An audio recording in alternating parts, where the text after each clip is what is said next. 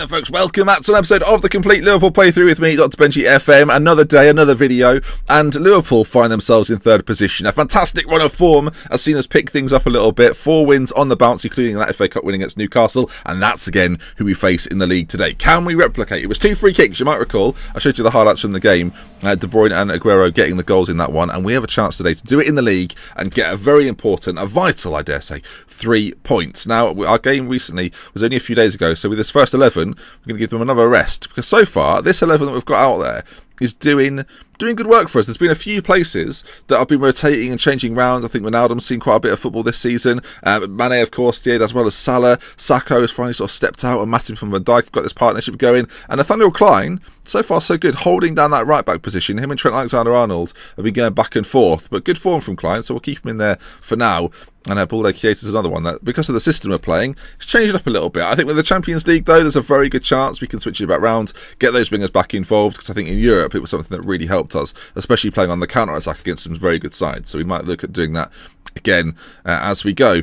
In terms of transfers, of course, we're still in the January window. We could think about bringing somebody in. This is the transfer list of players. There's not really anybody on here that I think would massively improve our side. So far, I feel like we've got good players across the team, even in goal. I think, obviously, that's a concern for Liverpool in real life. Joe Hart's come in, done a pretty good job. Only 9 clean sheets, I should say, from 21, so not fantastic, but has done okay. There's a few games in the early season that starting to question my decision to sell Simon Mignolet to West Ham, ironically, of course, then bringing Joe Hart into Liverpool. Of course, now Hart is at West Ham on loan.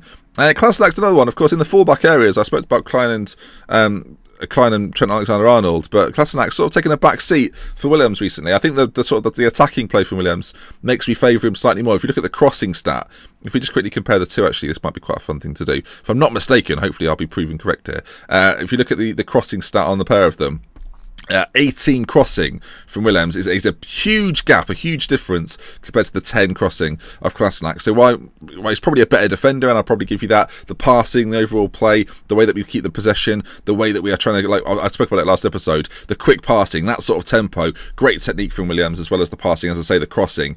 He's just a better fit for now. Again, in those Champions League games, though, we might need someone to come in. I'm going to say Williams is playing well, and he should be okay with that. Someone to come in and just defend for me. He may well be the option, but it's nice to have that. It's nice to have that, really. 2 fullbacks on either side that can come in and do jobs if there's an injury, of course, or something like that gets picked up. Right, though, we're not too far away from this game against Newcastle, and Newcastle having a very, very good season. 5th in the league, as my auto-save decides to kick in. 5th in the league table for Newcastle. We're going to take a look then. We've done this in a few other episodes. Who they've signed. Of course, we may well have done it in a previous episode. I just can't remember. But I'm interested to know, what have Newcastle done to turn this round and be 5th? Is Rafa Benitez still in charge as well? I guess that's one of the questions we should ask, as we'll set our other players available for this one. We'll just have a little look then, a little looky here, and we'll see if, as Milan offer a loan move for Markovic, look, if they're offering all of his wages, which I think is like 70,000, I'd be more inclined to do it.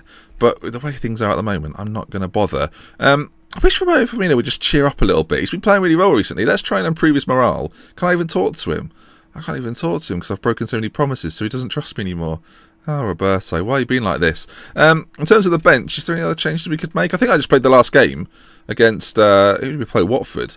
I don't think I made a single substitution in that game. No, I just kept the 11 out there, and they won the game. Bizarre. Right, not really bizarre, but I guess there's sometimes room to make changes, and I just didn't feel like it was necessary. Anyway, into this one we go.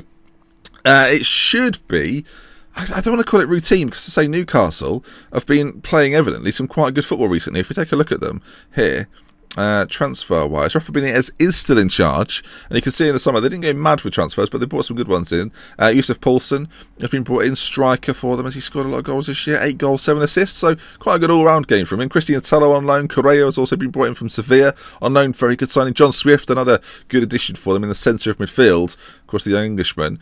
Craig Dawson from West Brom was brought in, as well as Niakate, who I don't think has been playing too much at all for them, maybe one for the future. On the outs, they only sold 1 player really for any note, and that was Thorvan, who I think has left as well in real life, if I'm not mistaken. So, there we are. Interesting. Newcastle not made that many changes. What about in that first season? Gary Hooper came in from Sheffield Wednesday. Has he been playing this season for them? No, so money well spent for them. Didn't really play last year either, to be fair. But we're away at St James's Park for this one today. Dwight Gale is going to lead the line for Newcastle. He's got 7 in 8, so actually playing really, really well. I don't know if that's in recent games. Can we check that? No, we can't. Christian Teller on the left, Ozzy Perez in behind, Shelvey, Diame. Do you know what? Not a bad front six. I'm not sure I would say they were top 6 candidates or even top 5 candidates. That's where they sit right now. But having a decent year under Rafa Benitez, of course, former Liverpool manager as well, so a little bit of extra spice in this one as the lineups line up. That's good bit of wording there, Ben, wasn't it? And what is that Jordan? Is he still captain? I wish I could click to see. I think it is. Clapping away though, G and the boys up for this one. Away at St James's Park, never an easy fixture, but I always quite enjoy games between Newcastle and Liverpool. They're always quite, I don't know, I think history anyway dictates they're always quite good games. As De Bruyne, first action of the game, whips in a corner kick. And Nathaniel Klein gets there first, plays it to Emre Can, who's challenged from behind by Dwight Gale. And I've got to say, I think it's Bobby Madley might be having a word with him. Dwight Gale is gone. Shall we take a look at that again? I mean, that was one of the worst tackles you're ever likely to see. We'll slow it down completely as well. Nathaniel Klein's dribbling it forward, plays it into Emre Can. There's Dwight Gale. You can see, straight in behind, crunching challenge. Nowhere, well, I mean, goodness gracious me, Dwight. That was pretty awful, I think is the wording I would use. Awful challenge, rightly sent off, and a free kick opportunity. Newcastle down to 10, 15 minutes on the clock, and I can Kevin De Bruyne make it even worse for them. The free kick's deflected behind for a corner. But Dwight Gale, I mean, I wonder what Newcastle will do now. They've got options. They could well switch. I mean, that's their striker. Very rarely do you lose your striker that early in the game. Newcastle so far just putting Paulson up front and not making the most of that left-hand side. It might be something then for us to make use of. Actually, in fact, that right-hand side, they've lost a man. So we may well make a change at some point. If it's not working out for us, maybe take Firmino off, bring on someone like Mane or Salah. As Firmino goes through, hits the post. 16 minutes gone. All action here in this game against Newcastle United. Again, it'll be interesting to see what they do. We've got their formation on that screen there, so we will see as Anita plays it forward. And Joe Hart? Joe? Is everything okay, Joe? Craig Dawson scores. Summer signing. He's asking me to... Yep. Joe? Are you... Joe Hart? I'm just worried about what Joe Hart's up to. Does he know there's a game going on? Joe, mate?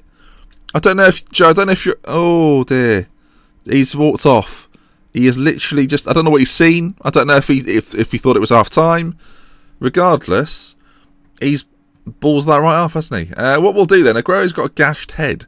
We'll play on. He's got a bandage on. I love the fact they get bandaged. Williams plays it into Firmino. Another chance for us here, maybe. De Bruyne with a strike on goal. And there, puts us back on level terms. I was thinking, if Aguero's injury was a little bit more serious, maybe a knee or an ankle injury, I'd take him off and bring on one of our flying wingers on that left-hand side to... Hopefully their right back now will be a little bit more exposed. Interestingly, that's where the goal comes from. Firmino pulling out on this side, plays it across to De Bruyne, who's in an advanced area, and finishes it off beautifully. And Aguero looks very fetching in his new white bandage. Hopefully he'll be okay though. I guess fitness-wise, if it's a gashed head, he's not going to struggle too much, but it might affect his overall performance. So it might be something to think about. I am relatively pleased. Oh, okay, I'll tell them I'm not pleased.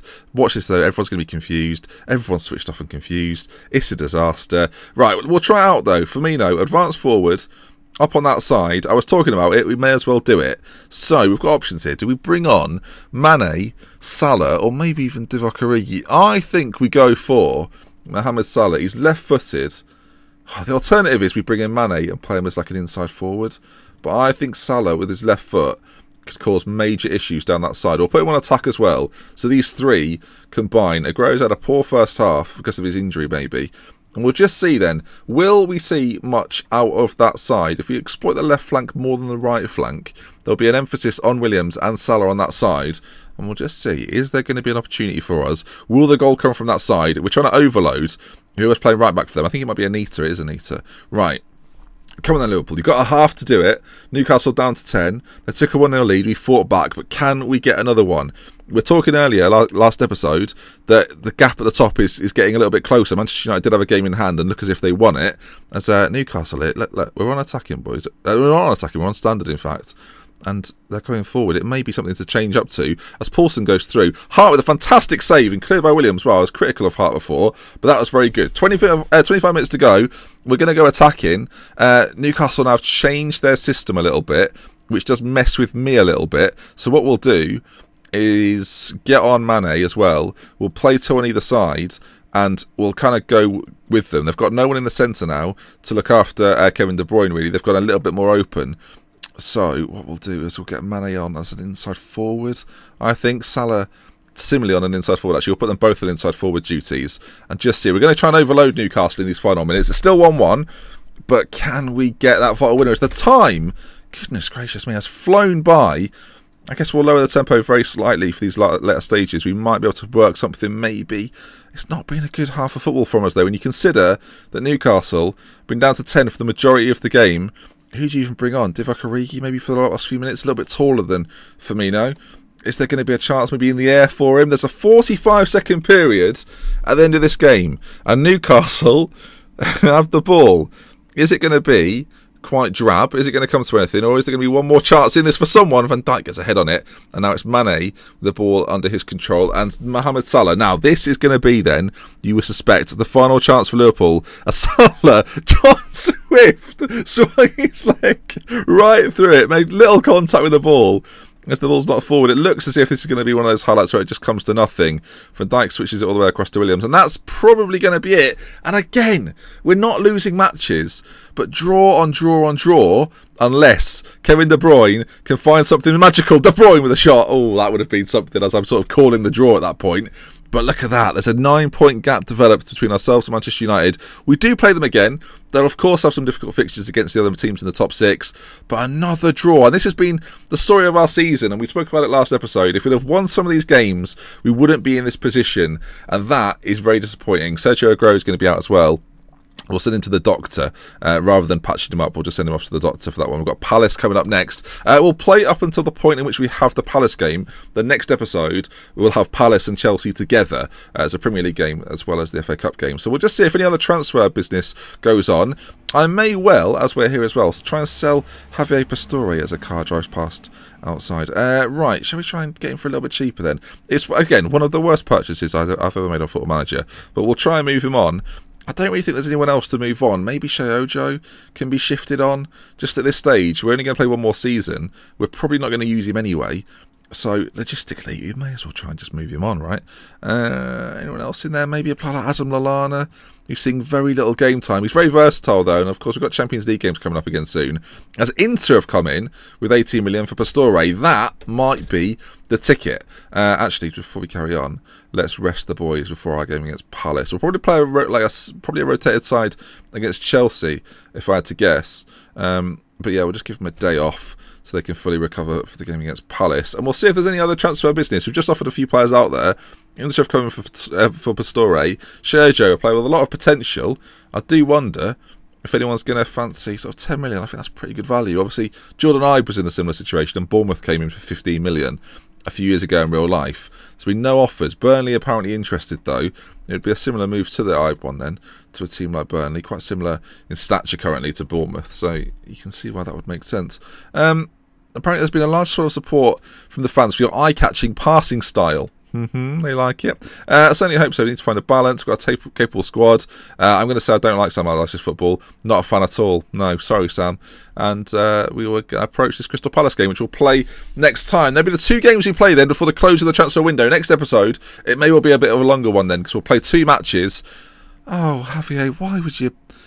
Oh, okay. Javier Pastore has rejected the chance to move to Inter Milan, which I was not expecting, and is annoying.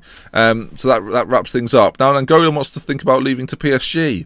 I mean, no, 50 million you cost me. You've been here for 6 months. I don't think so. Speak to Angolan. Absolutely not happening. I mean, no. How much are you looking for here? Let's talk figures. He's looking for £155,000 a week. All right, yeah. Fine, we'll sort that out then, if that's what he wants.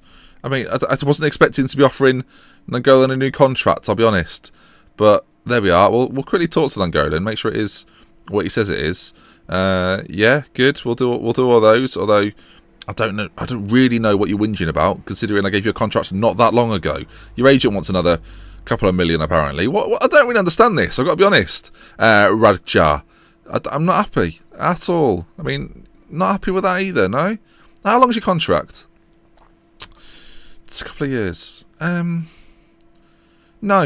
I know I made a promise, but you should talk to Firmino. I don't keep them. And that's going to bring us to the end now. Of course, Palace will be next episode. If you enjoyed today's episode, please do leave a like. If you want to see some more, subscribe to the channel. And with love, with care, from me and Angolan. We'll see you again soon. Goodbye.